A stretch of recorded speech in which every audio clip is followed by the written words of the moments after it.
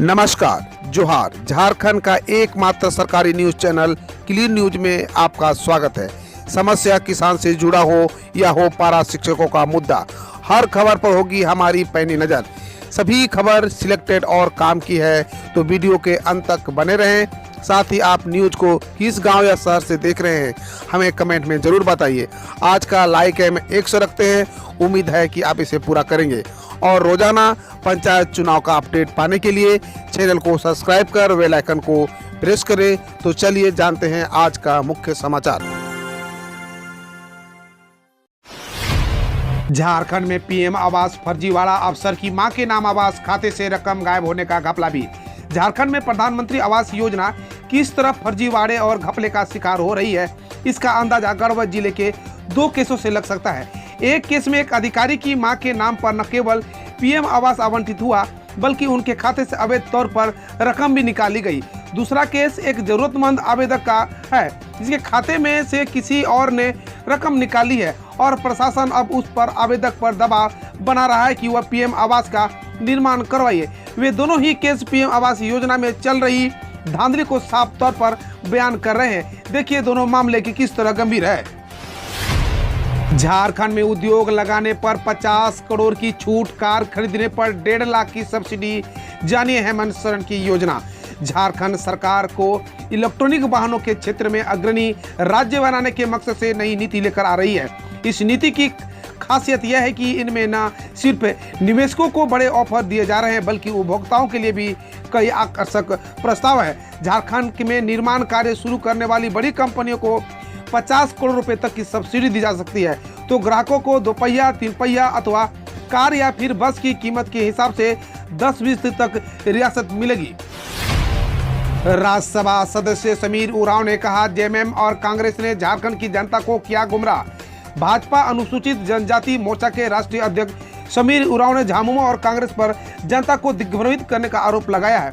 गुरुवार को भाजपा अनुसूचित जनजाति मोर्चा की प्रदेश कार्य समिति बैठक के उद्घाटन सत्र को संबोधित करते हुए उन्होंने कहा कि राज्य के सत्ताधारी दलों ने जिस जनजाति समाज से वोट हासिल किया और चुनाव जीते ही उनका शोषण शुरू कर दिया, आज आदिवासी समाज पर प्रदेश में सबसे ज्यादा अत्याचार हो रहा है।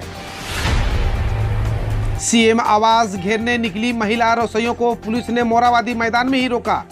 सरकारी स्कूलों में मध्याह्न भोजन बनाने वाली रसोइया अस्थायीकरण और मानदेय बढ़ाने की मांग को लेकर कल मोराबादी से मुख्यमंत्री आवास का घेराव करने के लिए निकली। इससे बड़ी संख्या में रसोइया एवं संयोजिका शामिल है। हालांकि पुलिस ने उन्हें मोराबादी मैदान में ही आगे बढ़ने से रोक दिया।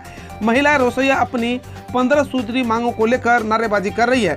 रसोइया एवं संयोजिका के मूल रूप से अस्थायीकरण और मानदेय बढ़ाने के लिए मांग कर रही है।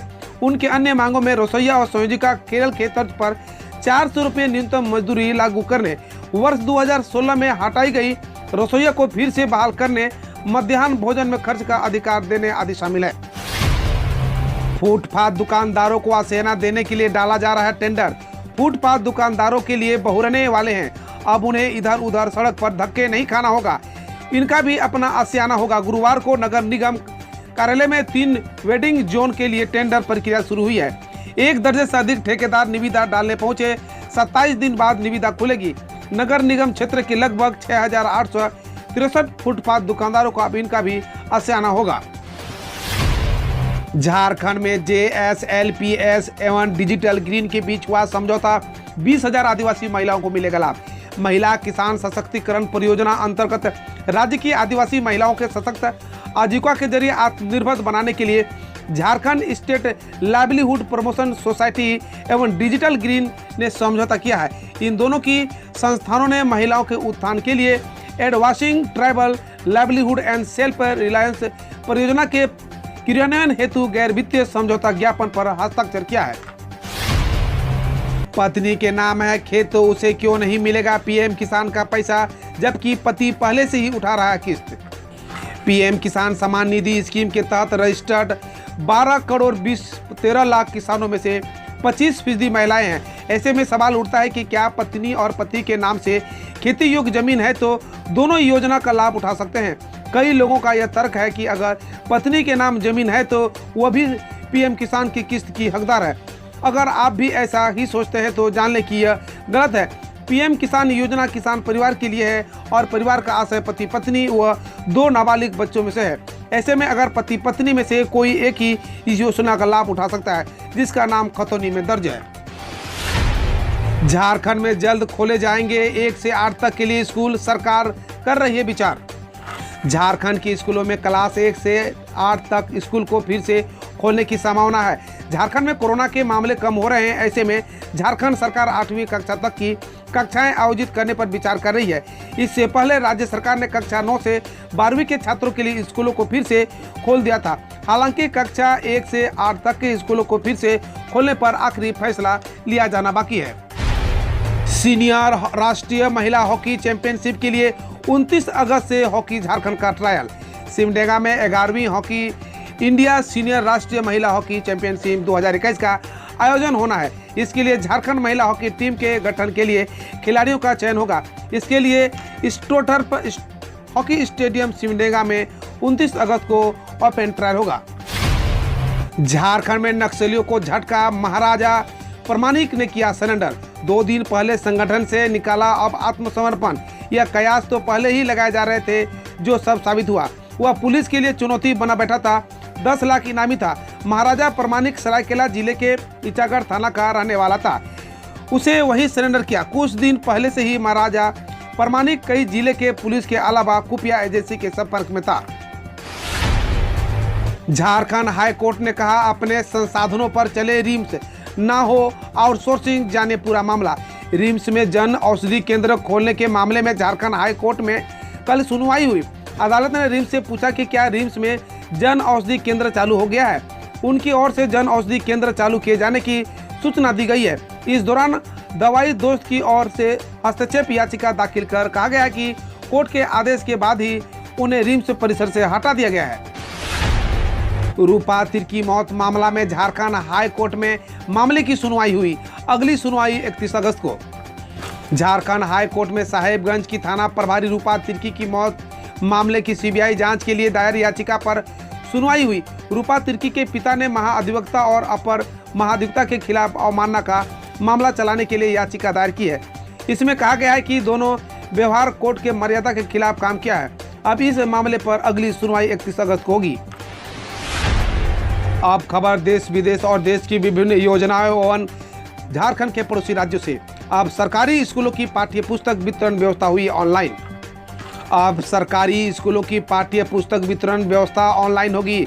राज्य शिक्षा केंद्र ने वर्तमान सत्र 2021-22 से सरकारी स्कूलों के विद्यार्थियों को दी जाने वाली निःशुल्क पाठ्य पुस्तक वितरण के लिए ऑनलाइन ट्रैकिंग सिस्टम तैयार किया गया है। इस सिस्टम से पाठ्य पुस्तक निगम से प्रिंटिंग के बाद स्कूल स्तर पर बच्चों को वितरण तक पुस्तकों की ट्रेनिंग ऑनलाइन की जाएगी। यूपी में इन पार्किंग स्थलों पर चलेगी पाबंदी। सीएम योगी ने अफसरों को दिए सख्त निर्देश। यूपी के कई शहरों में चल रहे अवैध पार्किंग को लेकर सीएम योगी ने सख्ती दिखाई है। सीएम योगी आदित्यनाथ ने अवैध रूप से चल रही पार्किंग को बंद कराने के लिए अफसरों को दिशा निर्देश जारी किया है। इसके साथ ही सड़कों के किनारे चल रही ऐसी पार्किंग जहां शेड, पेयजल या शौचालय आदि की सुविधा नहीं है, उन ठेकों को भी निरस्त किया जाएगा। निकाय यह काम 24 घंटे में करेंगे। अपर मुख्य सचिव नगर विकास डॉक्टर रजनीश दुबे ने इस संबंध में गुरुवार को शासनादेश जारी कर दिया है। सरकार ने लॉन्च किया असंगठित श्रमिकों का राष्ट्रीय डेटाबेस ई श्रम पोर्टल। श्रम व रोजगार मंत्री भूपेंद्र यादव ने गुरुवार को असंगठित श्रमिकों का राष्ट्रीय डेटाबेस ई श्रम पोर्टल लॉन्च किया है, जिसके तहत श्रमिकों को सरकारी योजनाओं से जोड़ा जाएगा। श्रम मंत्रालय ने असंगठित श्रमिकों की पंजीकरण के लिए लगभग 404 करोड़ के बजट को भी मंजूरी दी है। इसमें श्रमिकों को 12 अंकीय यूएएन वाला ई श्रम कार्ड मिलेगा, जो पूरे देश में मान्य होगा। कर्नाटक के बाद नई राष्ट्रीय शिक्षा नीति लागू करने वाला दूसरा राज्य बना मध्य प्रदेश। मध्य प्रदेश में गुरुवार से राष्ट्रीय शिक्षा नीति 2020 लागू हो गई है। इसके साथ ही मध्य प्रदेश कर्नाटक के बाद एनईपी को लागू करने वाला देश का दूसरा राज्य बन गया है। वहीं मध्य प्रदेश के मुख्यमंत्री शिवराज सिंह चौहान ने कहा कि इस नवीन शिक्षा नीति से विद्यार्थियों को ज्ञान, कौशल और नागरिकता से संस्कार मिलेंगे। लोकसभा अध्यक्ष ओम बिरला ने कहा कि हमारे सशस्त्र बल दूसरे देश की राजनीतिक अशांति का प्रभाव भारत पर नहीं होने देंगे। लोकसभा अध्यक्ष ओम बिरला ने अफगानिस्तान के राजनीतिक संकट से जुड़े सवाल के जवाब में गुरुवार को कहा कि भारत सभी देशों को लोकतांत्रिक व्यवस्था का मजबूती से समर्थन करता है। साथ ही उन्होंने कहा कि हमें अपनी सशस्त्र सेनाओं पर पूरा भरोसा है कि वे किसी दूसरे देश में राजनीतिक अशांति का भारत का प्रभाव नहीं पड़ने देगी। यूपी के सीएम योगी ने कहा कि पराली जलाने को लेकर किसानों पर दर्ज मुकदमे होंगे वापस। उत्तर प्रदेश सरकार ने एक प्रवक्ता के मुताबिक मुख्यमंत्री योगी आदित्यनाथ ने बुधवार को अपने सरकारी आवास पर किसानों से संवाद के दौरान कहा कि पराली जलाने के लेकर किसानों पर दर्ज मुकदमे वापस लिए जाएंगे। मुख्यमंत्री ने कहा, पराली जलाने को लेकर किसानों पर लगाए गए जुर्माने को खत्म करने के निर्णय पर प्रदेश सरकार विचार कर रही है। सर्वदलीय बैठक में केंद्र ने कहा, अफगानिस्तान से भारतीय नागरिकों को निकालना प्राथमिकता। विदेश मंत्री एस जयशंकर ने गुरुवार को सर्वदलीय बैठक में विभिन्न पार्टी के नेताओं को अफगानिस्तान के हालात की जानकारी दी। जयशंकर ने कहा कि प्राथमिकता भारतीय नागरिकों को वहां से निकालने की है और सरकार इसके लिए हर जरूरी कदम उठा रही है। उन्होंने कहा कि आने वाले दिनों में इस तरह की और कई बैठकें होंगी। पश्चिम बंगाल में राजधानी एक्सप्रेस से 19 करोड़ की हेरोइन के साथ 3 लोग गिरफ्तार। पश्चिम बंगाल पुलिस के एक विशेष कार्यबल और राज्य रेलवे पुलिस ने न्यू जलपाईगुड़ी रेलवे स्टेशन पर स्पेशल राजधानी एक्सप्रेस से करीब 19 करोड़ के मूल्य की हेरोइन जब्त की है। एसटीएफ की विज्ञप्ति के अनुसार 3.8 किलोग्राम हेरोइन के साथ 3 लोगों को गिरफ्तार कर उनके खिलाफ मामला दर्ज कर दिया गया है। बीजेपी नेता बोले, योगी के खिलाफ आपत्तिजनक टिप्पणी के लिए उद्धव के खिलाफ दर्ज हो मामला। बीजेपी नेता नितिन भुतड़ा ने यूपी के मुख्यमंत्री योगी आदित्यनाथ के खिलाफ कथित तौर पर आपत्तिजनक टिप्पणी करने को लेकर महाराष्ट्र के मुख्यमंत्री उद्धव ठाकरे के खिलाफ मामला दर्ज करने के लिए पुलिस को शिकायत दी है। शिकायत के अनुसार उद्धव ने योगी को चप्पल से पीटने की बात कही थी। बकौल भुतड़ा, ऐसे बयान से दंगे हो सकते हैं। हरियाणा में 1 सितंबर से दोबारा खुलेंगे 4वीं और 5वीं कक्षा के लिए स्कूल। हरियाणा सरकार ने 1 सितंबर से 4वीं और 5वीं कक्षा के लिए राज्य के सभी सरकारी और निजी स्कूलों को खोलने का फैसला किया है। राज्य के शिक्षा मंत्री कंवर पाल ने कहा कि शिक्षा विभाग द्वारा जारी एसओपी के अनुपालन के साथ कक्षाओं का संचालन होगा। गौरतलब है कि राज्य में 6 से 12वीं तक की कक्षाओं का संचालन जारी है। दिल्ली सरकार की विशेषज्ञ समिति ने चरणबद्ध तरीके से स्कूलों को खोलने की सिफारिश। दिल्ली सरकार की विशेषज्ञ समिति ने राजधानी में स्कूलों को चरणबद्ध तरीके से दोबारा खोलने की सिफारिश की है। समिति ने बुधवार को सौंपी अपनी रिपोर्ट से सभी कक्षाओं के लिए स्कूलों को दोबारा खोलने की राय दी। इससे पहले मुख्यमंत्री अरविंद केजरीवाल ने कहा था, हम जल्द से जल्द स्कूल खोलना चाहते हैं, लेकिन छात्रों की सुरक्षा पर कोई जोखिम नहीं लेना चाहते। हम देश की संपत्तियों को नहीं बेच रहे हैं, नेशनल मोनेटाइजेशन पाइपलाइन पर वित्त मंत्री ने कही। वित्त मंत्री निर्मला सीतारमण ने बुधवार को कहा कि सड़कों और रेलवे जैसी संपत्तियों का मौद्रीकरण कर 6 लाख करोड़ जुटाने के उद्देश्य वाले नेशनल मोनेटाइजेशन पाइपलाइन के जरिए देश की संपत्ति नहीं बेची जा रही है। विपक्ष के आरोपों पर उन्होंने स्पष्ट किया, संपत्तियों को वापस लेने का नियम सख्ती से लागू होगा। संपत्तियों का मालिकाना हक सरकार के पास रहेगा। जम्मू कश्मीर में जल्द हो सकते हैं चुनाव, लोकसभा अध्यक्ष ने दिए संकेत।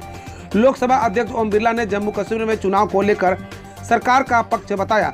बिरला ने कहा, केंद्र सरकार जल्दी लद्दाख और जम्मू कश्मीर में चुनाव कराना चाहती है, इसलिए बीते दिनों यहां पंचायतों के चुनाव कराए गए हैं ताकि इससे सत्ता की सबसे निचली इकाइयों का विकेंद्रीकरण किया जा सके।